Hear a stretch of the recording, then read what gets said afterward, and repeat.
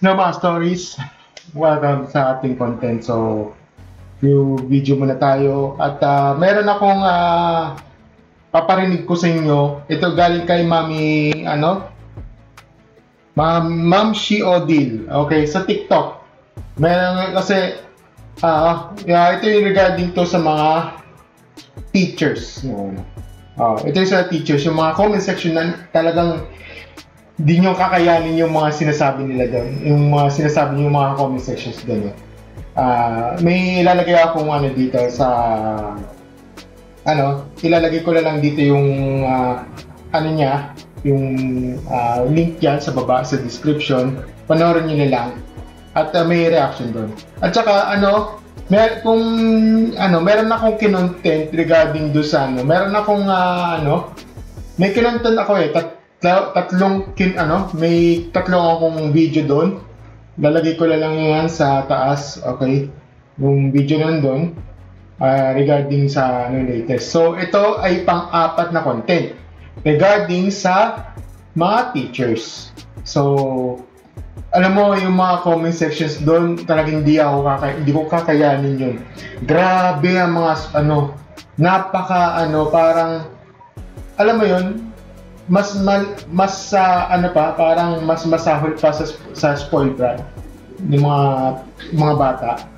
Hindi, spoiled brat, pati matatanda spoiled brat na rin eh. Pero sige, papakinggan ko sa inyo yung tungkol ito yung regarding sa hindi ko papakita yan kasi ipo-full ko yan. Ito, sabi niya, ito galing kay Ma'am She Odil. Ito yan. Imagine all the hate this teacher is currently receiving right now just because she said, "Dear parents, tulungan po tayo. Ang values o kagandahang asal, kayo po ang magtuturo sa bahay." Okay, so bago natin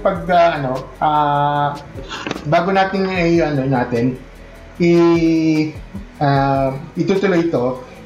Ito yung nasa caption dito sa background niya. Sabi niya, "Teacher, dear parents, tulungan po tayo, ang values / kagandahang asal po kayo ang magtuturo sa bahay.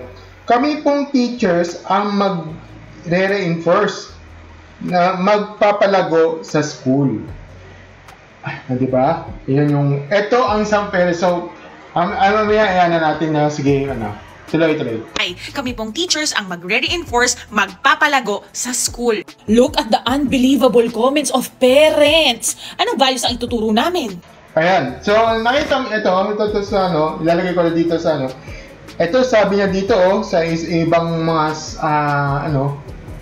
yung mga ibang comment sections niya. Ito sabi niya, anong values ituturo namin?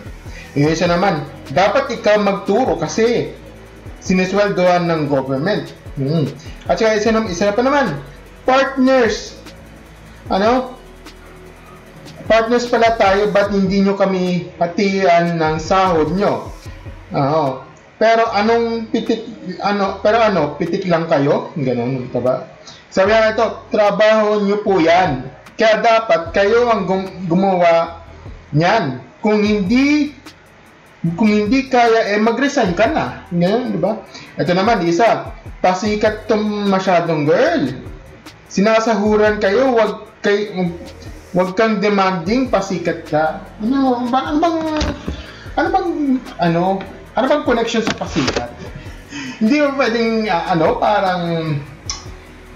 awareness man yun? O hindi ko maintindihan bakit. Sige, tuloy. Children, discipline should start at home. Ang mga bata parang mga sponge yan, mga spongha. So kung ano yung environment nila, yun ang nasisip-sip nila, yun ang nagiging laman nila. May nabasa pa ako doon, hindi nga kami nakapag-aral, paano magdidisiplina? Kung ang basihan mo ng kapasidad magdisiplina ay ang edukasyon, well, bakit ka nag-anak kung alam mo pala ang paniniwala mo ay kung walang edukasyon, hindi kayang maging mabuting magulang? Ba't nag-anak There is nothing wrong with what that teacher said. Tulungan. Ano masama doon? Sa bahay, disiplinahin nyo yung mga anak nyo, and then sa school, responsibility sila ng mga teachers. Tulungan. Okay, so, dyan lang tayo. Kung napanood niyo ito yung Netflix series, tagal na to eh. Ito yung When Life is Full of Tangerines. So, spoiler sa inyo pag sa mga hindi pa napapanood. Skip nyo na lang, okay? Oo, skip nyo na lang. Ano lang, ito yung episode na to, ito yung isang spoiled brat na yung isang bata doon. Talagang yung isa nagpapatutor talaga. Isa talaga yung spoiled brat talaga na meron silang kotse, ganito, talaga may kaya talaga yung Alam mo yun, hindi ko kinaya doon. Talagang tinolerate niya yung anak niya pagka-spoiled brat niya. Yung pagka-spoiled brat yung anak niya. Yan yung hindi ko kinaya doon. Okay? Yung talagang wala siyang pakialam kasi sabi daw wala kang pakialam kasi trabaho mo yan, ganito, ganyan, di ba? Di ba? Nakakalungkot na at di ko akalain may ganyan talaga ang reality. So, kung napanood nyo yun, panoorin nyo yun. May part kasi doon na na talagang spoiled brat talaga. At di ko kinaya yung yung magulang niya na grabe yung yung parang iba-blackmail ka, 'di ba? Yung binlackmail ka na nga ito yung part dito na halimbawa na ito yung part dito kung ito yung kung scholar si yung tutor yung bibigyan kita ng salapi. For example, ito, bigyan natin ng sabihin natin bibigyan kita ng 50,000. Boom, ganito, 50,000. Kung i-enroll kita doon sa scholar, pero yung pangalan yung anak ko. Parang ganun. Siyempre, hindi ka papayag doon. Kasi, ang tendency niyan, pwede ka ma-bypass sa entrance exam. And entrance exam yun sa scholarship program dun sa kanila. Oo. Dun sa nila. Ngayon, hindi siya pumayag. Anong ginawa? Yung after that, nag-resign siya yung tutor, nag-resign. After that, pag-resign, ito naging catch doon. Oo. Dinimanda siya. Dinimanda niya yung nanay niya sa yung sa tutor kasi anong sinabi? Nawawala daw ang alahas. Di ba? Di ba? Ayun. Ang ending nakulong. Di ba? Grabe ang lupit nun, no? Iba na siya, yung parang nadali siya sa dali siya dahil lang sa scholar dahil hindi siya tumanggi siya tapos nag-resign siya. 'Di ba? Ang ending pinakulong niya yung nanay niya dahil sa pambabastos daw, yung ganun. Ang ginawa is kinulong. Ito nagnakaw ganito, etong babaeng to nagnakaw yung aking alahas, kulong mo yan, ganito ganyan. Walang due process yun, 'di ba? Grabe yung yung nangyari time na yun. At saka nakakalungkot buti na lang yung yaya talagang tinulungan siya na para mabawi niya.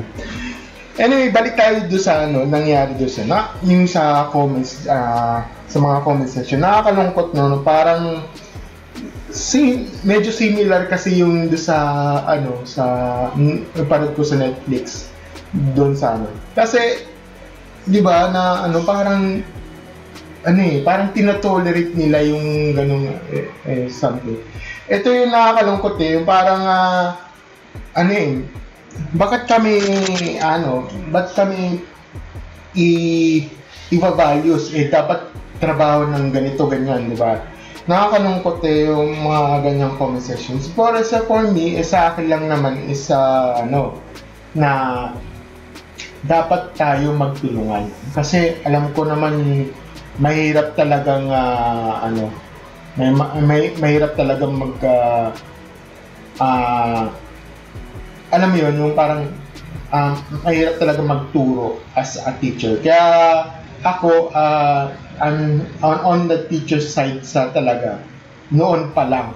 Kahit yung mga kahit yung mga bata pa, yung mga, sa nauna ko noon, on the side, kahit ganyan sila, even mga advisors, nagsasabihan na ganito, ganyan, kasi, trabaho, parang, parang trabaho nila magturo. Pero, about sa values, dapat yung mga magulang ang, dapat responsable dyan ay ang mga magulang. Values, values ang pinag-uusapan dito, hindi edukasyon. Hindi naman edukasyon. Pag sa mga sa mga teachers, edukasyon 'yan. Pero yung pag mga values, yung mga yung mga right conduct, mga good manners 'yan, nasa mga pamilya 'yan. Kaya tinaman yung mga ibang pamilya, tinuturuan paano maging magalang, paano ka maging masunurin, ganito. Hindi yung parang ibubuhos lahat ng mga teachers kahit yung mga values yan, di ba? Di ba? Bakit Kaya nagkakaroon tayo ng alam mo yun, lumalaki yung spoiled brat ng mga bata ngayon. Kaya nakakalungkot no? May mga spoiled brat talaga na tinatolerate nila kahit anong gawin nila. Okay, so mga sorry. At ito na finally, at nahanap ko na yung context nito, no? Yung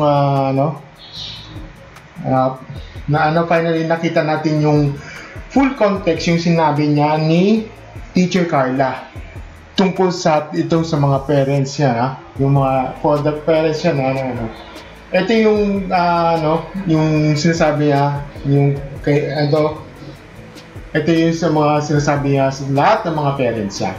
Ito. My dear parents, tulungan po tayo.